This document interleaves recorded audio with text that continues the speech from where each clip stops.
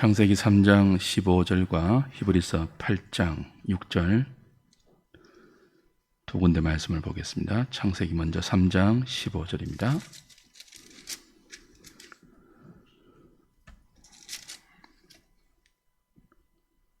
내가 너로 여자와 원수가 되게 하고 내 후손도 여자의 후손과 원수가 되게 하리니 여자의 후손은 내 머리를 상하게 할 것이요 너는 그의 발꿈치를 상하게 할 것이니라 하시고, 행위 언약이 아담의 타락으로 깨트려지고 죄와 비참 가운데 빠진 인생에게 하나님께서 적시 은혜의 언약을 계시해 주는 그런 말씀이고요.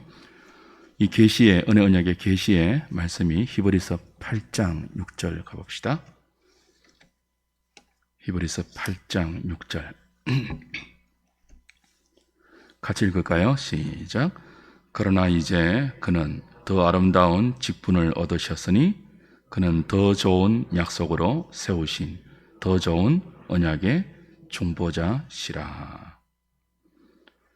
더 좋은 언약의 중보자 되시는 예수 그리스도를 이렇게 히브리 기자는 설명하고 있습니다. 원시복음, 창세기 3장 15절을 원시복음이라 그러잖아요. 이 원시복음으로 은혜 언약의 중보자가 계시되었습니다.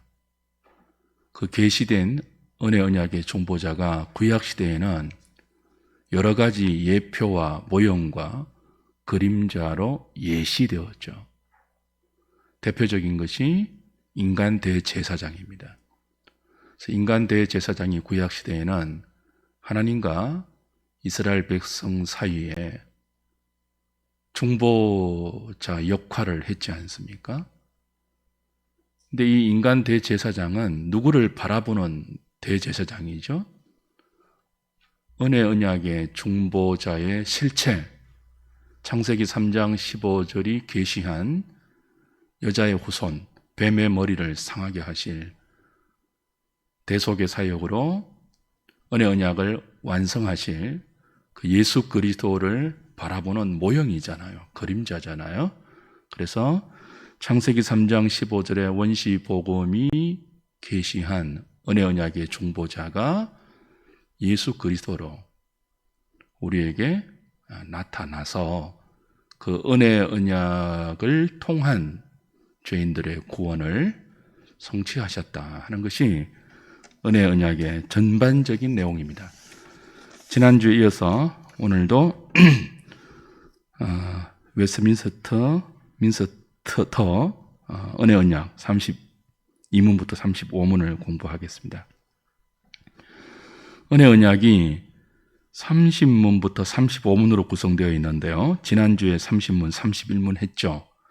그 은혜 언약의 구성이 어떻게 되어 있는지 쭉 보시면요. 30문은 하나님께서는 온 인류를 죄와 비참의 상태에서 멸망토록 내버려 두셨습니까? 라고 물었고 답이 무엇입니까? 기억나십니까? 내버려 두지 않고 어떻게 되었죠? 은혜 언약이라 불리는 두 번째 언약으로 택한 자를 구원으로 이끄십니다 하는 답이 주어졌죠. 그러니까 인류가 죄와 비참의 상태에 빠진 것은 행위 언약의 대표자인 아담이 불순종함으로 죄와 타락 가운데 빠져서 그렇죠.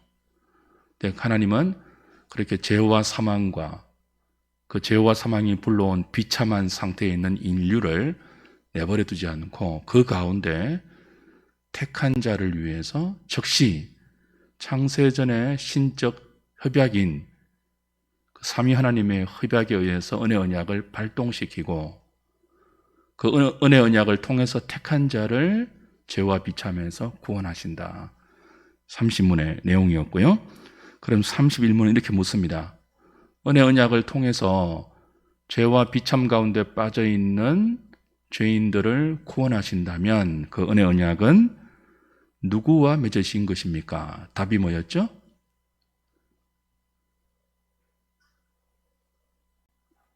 은혜 언약의 중보자이신 두 번째 아담 예수 그리스도이죠.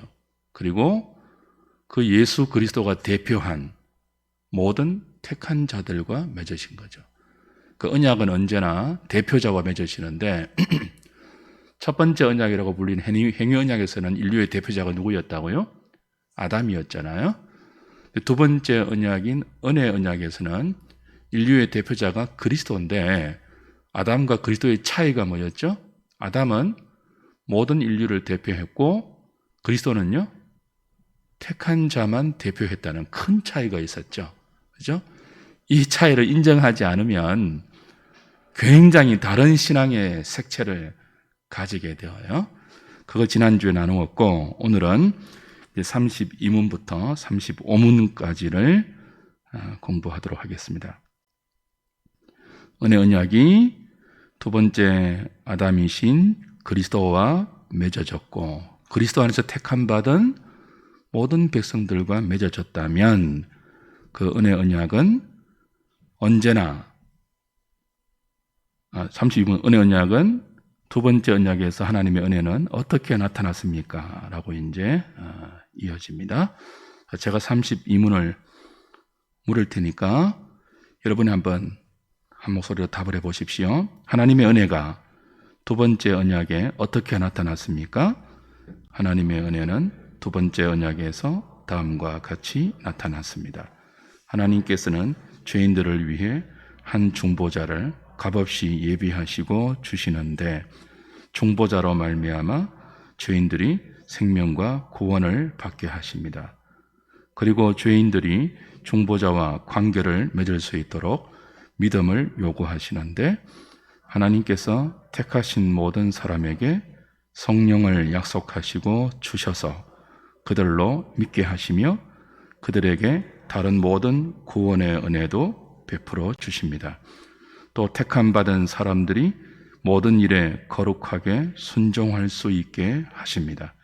이러한 순종은 하나님께 대한 그들의 믿음과 감사가 진실하다는 증거이며 하나님께서 택하신 자들을 구원하기 위해 정하신 방법입니다. 오늘 오전에 우리 로마서 1장 17절을 함께 생각했는데 정확히 그 내용이죠. 그 대유리문답 32문은 믿음으로 말미암아 그리스도를 믿게 하시는 성령님의 역사로 은혜 언약이 역사 속에서 택한 자들에게 이루어지고 있다는 사실을 이렇게 설명하고 있습니다. 해설 보십시오.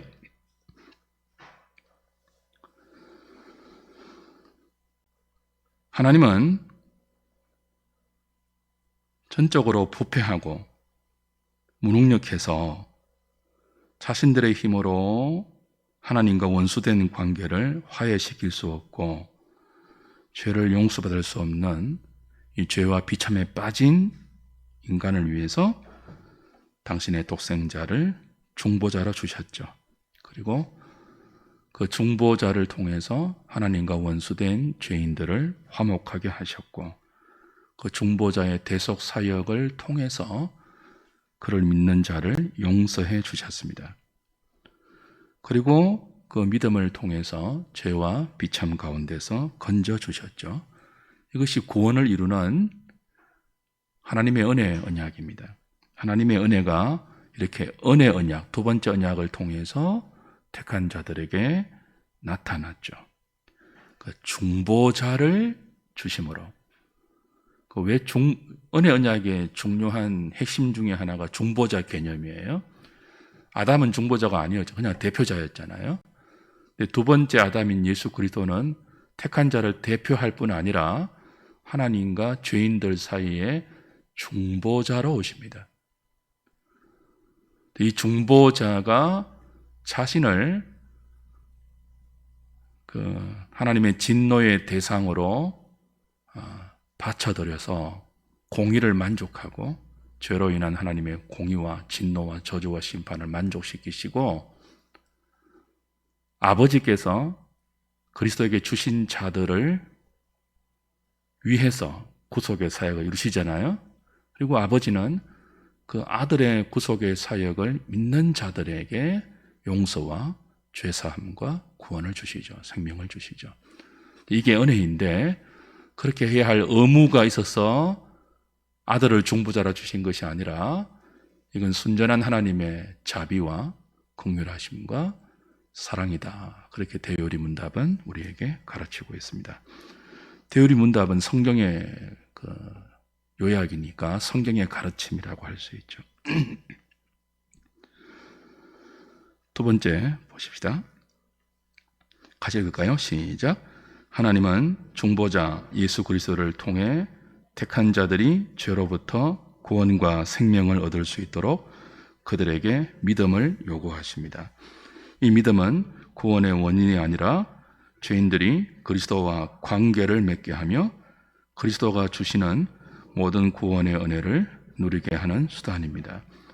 구원의 원인은 오직 중보자이신 예수 그리스도가 우리의 죄를 대신 짊어지시고 죽으신 구속의 은혜뿐입니다. 그의 성육신과 십자가와 부활의 대속 사역이 우리의 유일한 구원의 원인입니다. 자, 32문의 답변 중에서 중요한 개념이 믿음이에요. 하나님께서 중보자이신 은혜 언약의 중보자이신 예수 그리스도를 통해서 택한 자들을 죄로부터 구원하여 생명을 주실 때 믿음을 수단으로 사용하신다고 했죠. 믿음을 요구하세요. 여기서 중요한 것은 믿음은 택한 자를 구원에 이르게 하는 수단이지 구원의 원인이 아니라는 거예요. 우리의 믿음이 우리 구원의 원인이 아니에요. 우리 구원의 원인은 오직 누구죠? 언약의 중보자이신 그리스도의 은혜예요. 그리스도를 주신 하나님의 사랑이 우리의 유일한 구원의 원인이지 믿음이 구원의 원인은 아니라는 거 확실히 하는 게 중요합니다. 그럼 믿음은 뭐라고요? 하나님의 은혜를 받아들이게 하는 수단이에요. 이거 이제 다음 주일날 예배 다시 한번 생각하려고 하는데 믿음이 뭐라고요? 하나님의 은혜를 수납하게 하는 수단인데 이 수단이 기계적인 거래가 아니에요. 자, 하나님의 구원, 하나님의 생명은 물건이 아니잖아요. 믿음이 하나님의 구원을 얻는 수단이라고 할 때 하나님께서 구원을 물건처럼 툭 던지면 믿음으로 받는 그런 개념이 아니라는 거예요. 왜 은혜 언약의 중보자를 믿는 믿음을 요구하시는가 할 때 이 믿음은 구원을 얻는 수단이지만 관계를 맺게 하는 수단이에요. 거래가 아니라 하나님께서 죄인들에게 주시는 구원은 어떤 개념이나 물건이나 사상이 아니라 그리스도라는 한 인격이 죄인들을 위해서 베푸신 구원의 은총을 나의 것으로 누리게 하는 선물이잖아요.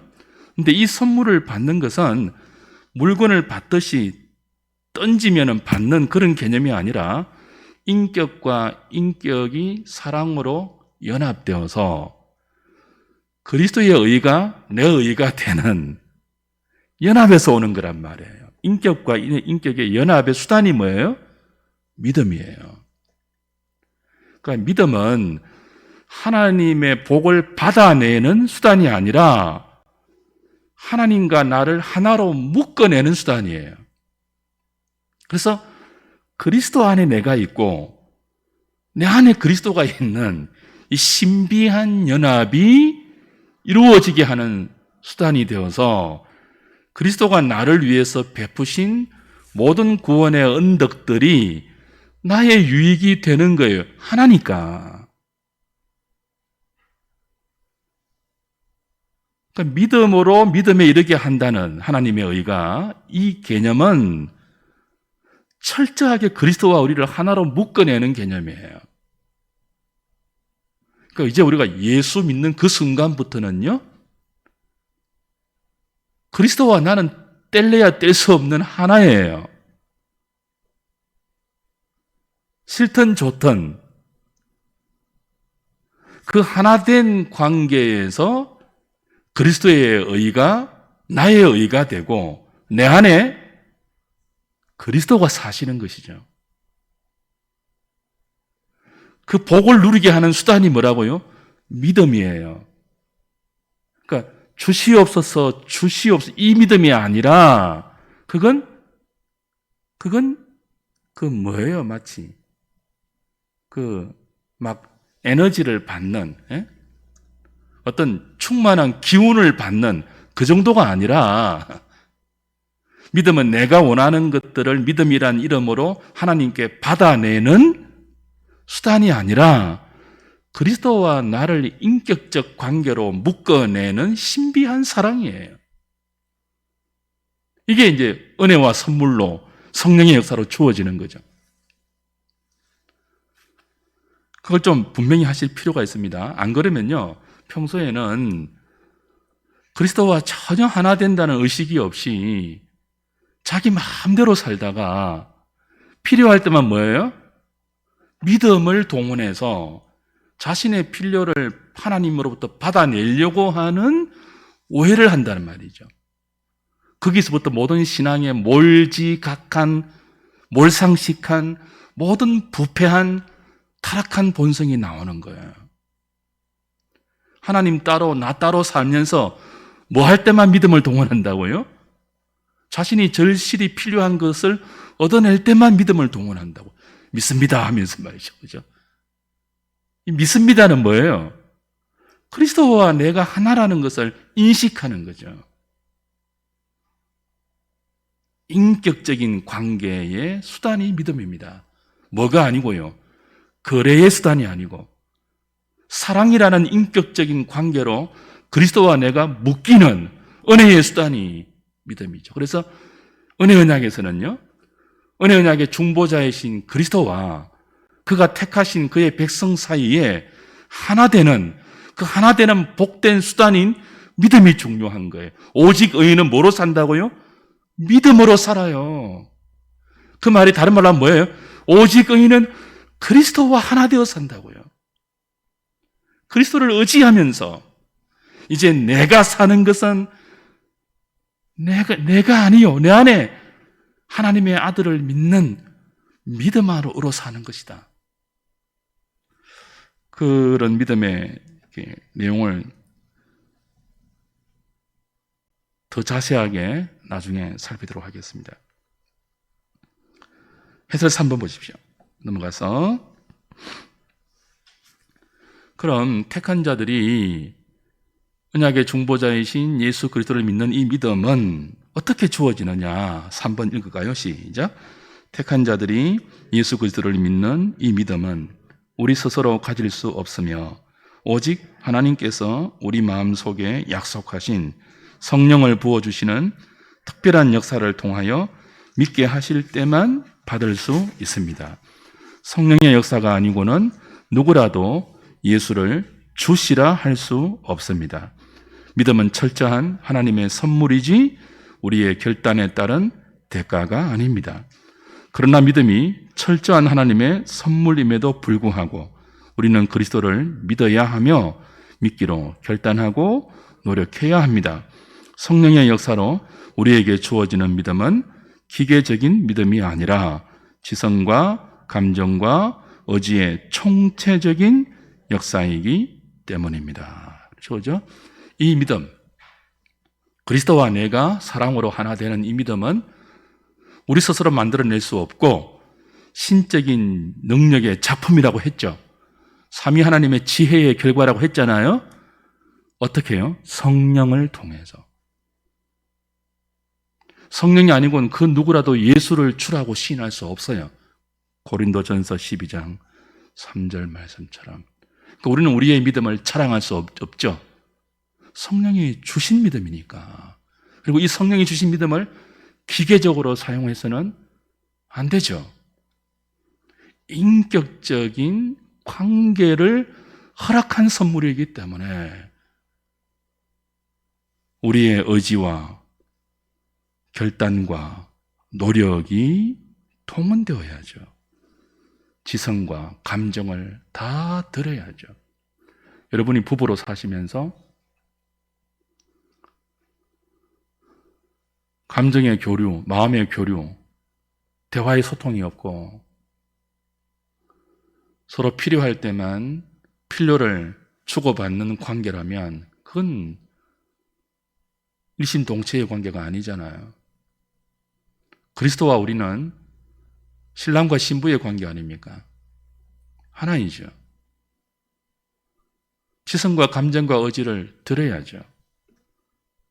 성령께서 믿게 하시지만 그 믿음이 기계적인 믿음이 아니고 하나님과 우리를 인격적으로 묶어버린 인격적인 관계이고 밀접한 사랑의 관계이니까 이제 우리의 마음과 의지와 지성을 사랑으로 들어야죠. 믿어야죠. 결단해야죠. 계속 애쓰고 노력해야죠. 4번 보실까요? 성령님은 믿음을 주실 뿐 아니라 믿는 자의 마음과 삶 속에 회개와 성화와 같은 다른 모든 구원의 은혜들을 일으키고 역사하십니다. 그리고 우리의 죄악된 본성으로 할 수 없는 하나님의 계명에 순종할 수 있도록 간섭하시고 감화하십니다. 성령으로, 그죠?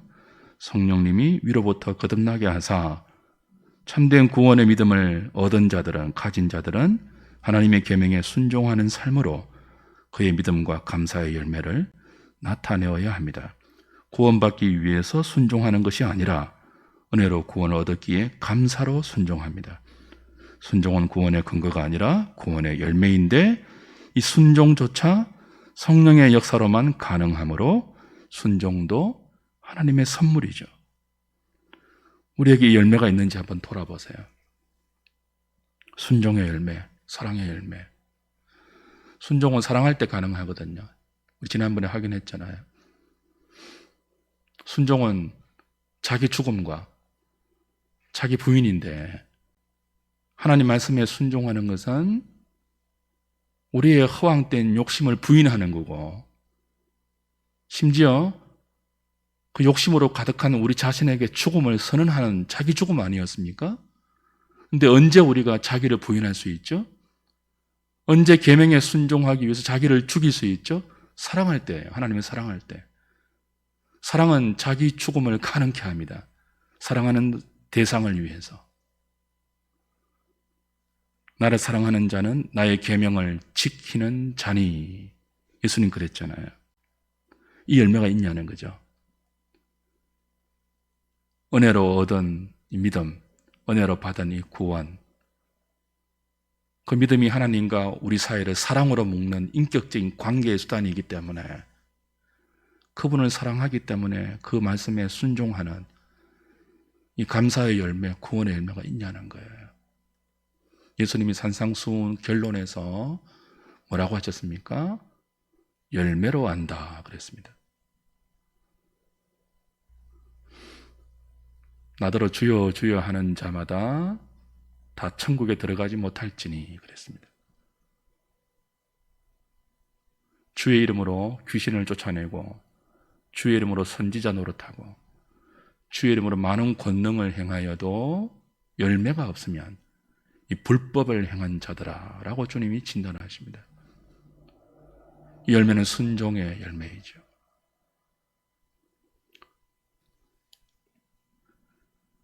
(33번) 보실까요?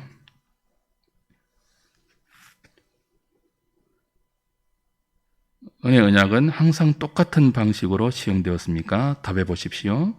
은혜 언약은 항상 동일한 방식으로 시행되지 않았습니다.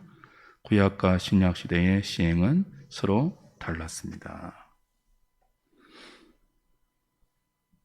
은혜 언약이 성령의 역사로 믿음을 통해서 시행되지 않습니까? 근데 이 믿음으로 구원받는 은혜 언약의 원리는요, 구약과 신약이 동일해요. 그런데 뭐는 다르죠? 믿음을 통한 은혜 언약의 시행 방식은 구약과 신약이 달라요. 자, 뭐는 같다고요? 믿음을 통해서 구원받는 은혜 언약의 원리는 구약과 신약이 동일하죠. 은혜 언약의 중보자이신 예수 그리스도를 믿는 믿음으로 구원받는 이 원리, 은혜 언약의 원리는 구약도 똑같은 원리예요. 믿음으로 구원받아요. 구약 백성들도. 신약도요.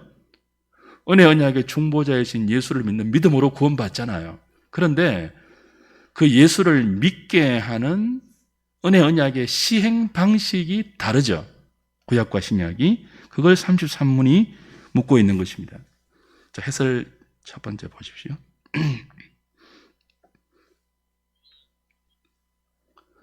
네 번째 줄에 인간에게는 아담의 타락 이후에 오직 한 가지 구원의 방도, 즉 은혜 언약만 있습니다. 믿음으로만 구원받는 은혜 언약만 있습니다. 인류는 오직 은혜 언약의 중보자를 통해서만 구원을 얻을 수 있지만 그 한 가지 구원의 방도인 은혜 언약의 시행은 옛 언약과 구약이죠. 새 언약, 신약 시대에 다르게 시행되었습니다. 이렇게 생각하지 말아야 합니다. 이번에 구약에는 율법을 지켜서 구원을 얻게 하셨고 신약에는 복음을 믿게 하시는 방식으로 구원을 얻게 하셨다. 아무도 그렇게 오해하는 분은 없겠죠. 그런데 시중에는 그런 식으로 생각하는 잘못이 있기 때문에 다시 한번 확인을 하고요.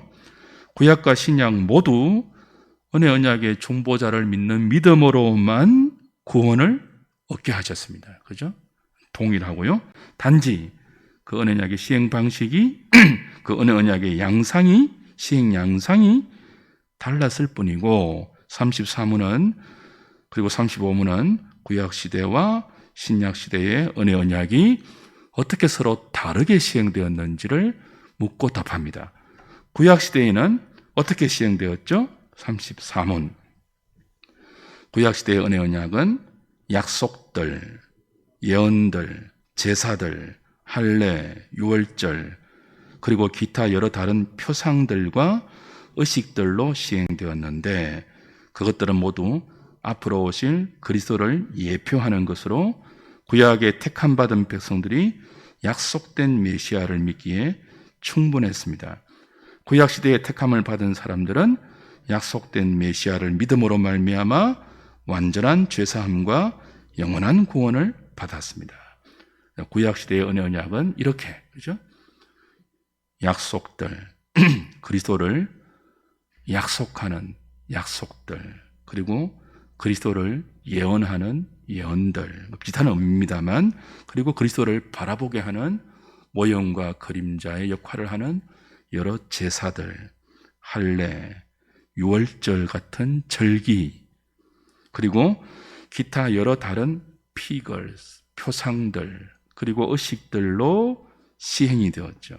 이 모든 구약시대의 예표와 의식들, 표상들은요, 모두 오실 그리스도를 예시하는, 예표하는 것으로 구약 백성들은 이 모형과 그림자를 믿는 믿음으로 메시아를 바라보았던 것입니다.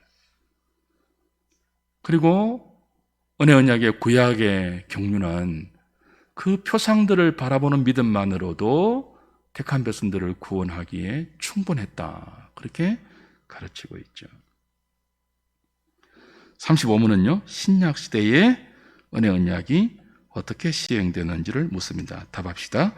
같은 은혜 언약이 신약 시대에는 실체이신 그리스도께서 나타나심으로 말씀의 설교와 성례인 세례와 성찬으로 시행되었으며 지금도 앞으로도 계속 시행되어야 합니다. 이러한 시행으로 은혜와 구원은 모든 민족에게 더 충만하고 분명하고 효과적으로 베풀어집니다.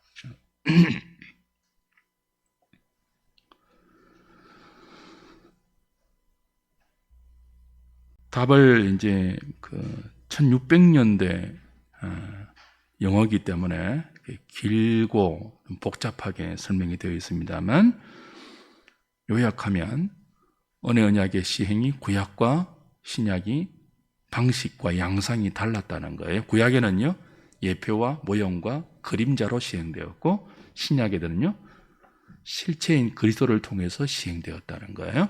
다른 표현으로 하면은 구약 시대에는 율법 아래에서 은혜 언약이 시행되었고 신약에는요, 그 율법의 완성인 그리스도 안에서 은혜 언약이 시행되었다는 것입니다. 당연히 실체이신 그리스도가 시행한 이 은혜 언약의 효력이 훨씬 뭐하다고요? 크고 유효하죠. 구약시대에 여러 표상들, 의식들, 그리고 모형과 그림자, 예표들로 시행된 은혜 언약이 구원 얻기에, 구약 백성들을 구원받기에 부족했다는 뜻이 아니라 그 구약시대의 은혜 언약의 시행도 구약 택한 백성들을 구원으로 이끄는 믿음에 충분했지만 신약 백성들이 그 실체이신 그리스도를 통해서 시행되는 이 은혜 언약으로는 훨씬 더 넓은 범위. 구약에는 아무리 그 은혜 언약이 예표와 모형으로 시행되었어도 혜택은 누구에게만 갔습니까? 유대인들에게만 갔죠. 아브라함의 후손들에게만 갔죠. 혈통적으로, 1차적으로는. 이스라엘에게만 베풀어졌잖아요. 근데 이게 신약에 와서는요, 유대인을 벗어난 헬라인과 모든 이방인들에게 그리스도가 주신 이 은혜 언약의 효력이 온 세계 가운데, 모든 민족 가운데 확장되었고, 특별히 또 뭐예요? 구약처럼 복잡한 의식이 아니라 할례, 절기, 5대 제사들, 그리고 여러 약속들, 여러 예언들, 그런 복잡하고 어려운 어떤 그런 절차들과 의식들을 통해서 지키지 않고 훨씬 단순화된, 그러나 분명한 말씀의 설교와 성찬과 세례를 통해서 이 은혜 언약이 시행되고, 그 은혜 언약의 시행은 구약보다 훨씬 더 선명하고 분명하게 우리를 믿음으로 이끈다 하는 것이 34문, 35문의 내용입니다. 웨스트민스터 신앙 고백서 7장의 5항과 6항이 이 은혜 언약을 잘 설명해 줍니다. 3페이지 마지막 6번 보십시오. 웨스트민스터 신앙 고백서 제7장 5항과 6항은 사람과 맺으신 하나님의 언약을 다루면서 구약과 신약에 시행된 은혜 언약의 통일성과 차이점을 이렇게 설명해 줍니다. 자, 신앙고백서 제7장 5항은요, 같이 읽어보겠습니다. 시작. 이 언약은 율법시대와 복음시대에 서로 다르게 집행되었다. 율법시대에 이것은 약속, 예언, 제사, 할례, 유월절, 양, 또 유대 백성에게 주어진 다른 예표와 규례에 의해 집행되었다. 이 모든 것은 오실 그리스도를 예시하는 것으로 그 당시에는 성령의 역사로 말미암아 약속된 메시아 신앙 안에서 선민을 가르치고 양육하기에 충분하고 유효하였다. 이 메시아에 의해 그들은 온전한 사죄와 영원한 구원을 얻었다. 이것을 가리켜 구약이라고 한다. 자, 구약 시대에 시행된 은혜 언약의 시행을 이렇게 설명했고요. 6항은 이제 신약 시대에 시행된 은혜 언약의 양상을 이렇게 설명합니다. 6항 읽겠습니다. 시작.